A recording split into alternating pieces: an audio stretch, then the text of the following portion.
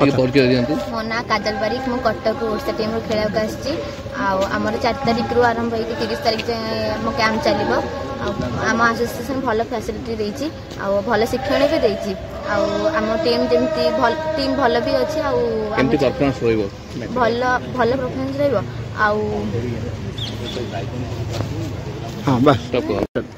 ना प्रशांत कुमार तराई basketball coach sir कौन रही पिला नेशनल खेल आम टीम प्रैक्टिस चलता 4 तारिख 30 तारिख पर्यटन प्रैक्टिस हम पाने 30 तारिख दिन ट्रेन धरी आम बाहर आमर से लुधियाना नेशनल 75 नेशनल लुधियाना हम आम अनुष्ठित हम तो आम टीम भल प्रैक्टिस कर आशा करूँ पिला भल खेलेंगे आउ चेष्टा कर क्वार्टर फाइनाल जातु आमर ये झील कैंप चलती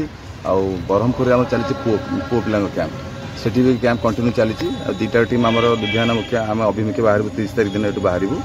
टीम से जाए पहुँचे आम 1 तारिख दिन 2 तारिख 9 तारिख दिन नेशनल हम आउट आम स्टेट गवर्नमेंट आमको बहुत